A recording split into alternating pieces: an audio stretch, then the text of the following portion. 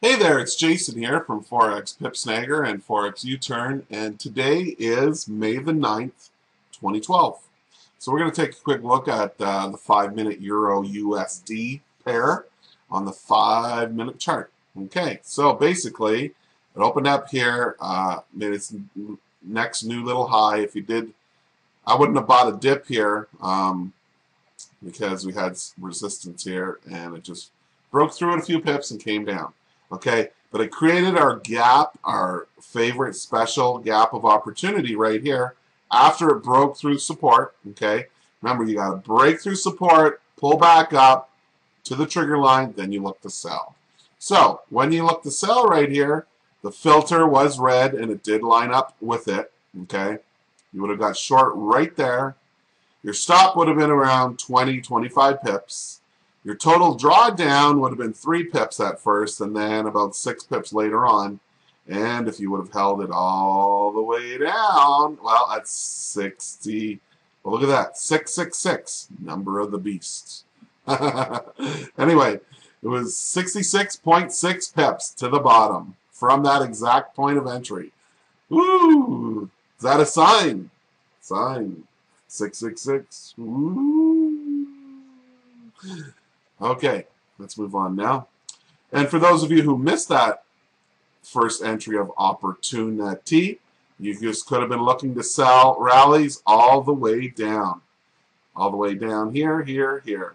You know, of course, that doesn't always work, okay, all the way down, but it did in this case. In this case, it's turning around.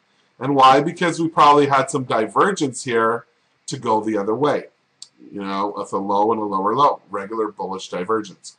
Anyway, not that we're looking at bullish divergence here today, but that could be the reason. For those of you who were smart enough to pick up a copy of Forex Master Method from Russ Horn, you would know exactly what I'm referring to here today. Okay, so anyway, let's take a look at the 1-minute time frame, and we'll see what's going on there. We'll go to the 9 o'clock opportunity. Okay. So she rammed right up. Look at that, ladies and gentlemen. Yeah, she just, woo, took off right up there. It probably looks more than it is. Yeah, it's only 7 pips. Came back down. Boom.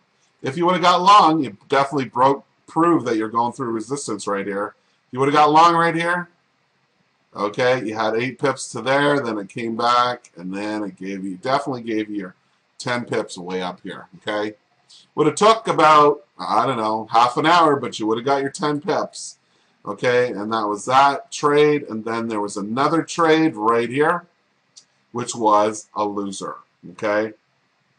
Now this trade right here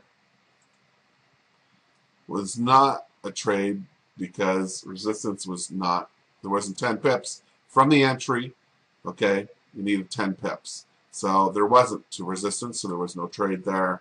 There was no selling definitely in here. There was no trade again here. We're close to resistance again. And then the window of opportunity ended over here, okay? And that's pretty much it. So you had one winner with the entry right there. 3 minutes after 2 a.m. in the morning, you had another loser right there at 11 minutes to 3. Okay, that's it for the 1 minute. Let's take a quick look now at the pound. Pound did the same as the euro, give a buy fake out, then came down. So once it turned red, the filter down here, you could have, here was our gap of opportunity. We broke through support right here. Okay, you're looking for a retrace right here. Didn't give it quite back into the trigger line like the euro, but you did have a retrace and you would have sold it there. Your stop would have been around 25 pips. You would have got your 1-to-1 right there, and you would have got your almost your 2-to-1 at the bottom of this move. Okay, let's take a look at the Swiss. Swiss is like the opposite of the euro. I know I keep saying that. Basically, it had a hard time going through some resistance right here. Okay, all the way through here. So you really didn't have a chance to buy until up here and a few dips in here because we had very strong, I'll even shrink the chart and show you. Okay, see, we had very strong resistance right here, and it kept bouncing off of it. You know, they wanted to sell it down. That's what they wanted to do.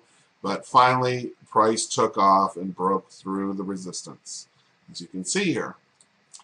That's why you could have not bought any time in here. We're too close to resistance. If you did buy it after it went a couple pips through it right here, well, it definitely worked in your favor for about 43 pips to the top. Okay, so that's it for Snagger. Let's take a quick look at UTurn and see what she told us. Okay, it told us a flip-flop. Okay, gave us a W, then gave us an M. W, then an M again. Twice. 2 flip-flops in the last 24 hours. But each time it told you to buy, you didn't buy unless you were an aggressive trader because the filter did not confirm it. Okay? And on the pound, same thing. Gave us opportunities to buy, but you wouldn't have bought it because the filter did not agree if you're a conservative trader. If you're an aggressive trader, well, maybe you would have bought that sucker and it would have went down and got you on your stop. Anyway, thanks for watching the video today. It's been a pleasure doing it for you. You have a great day, and we'll see you tomorrow.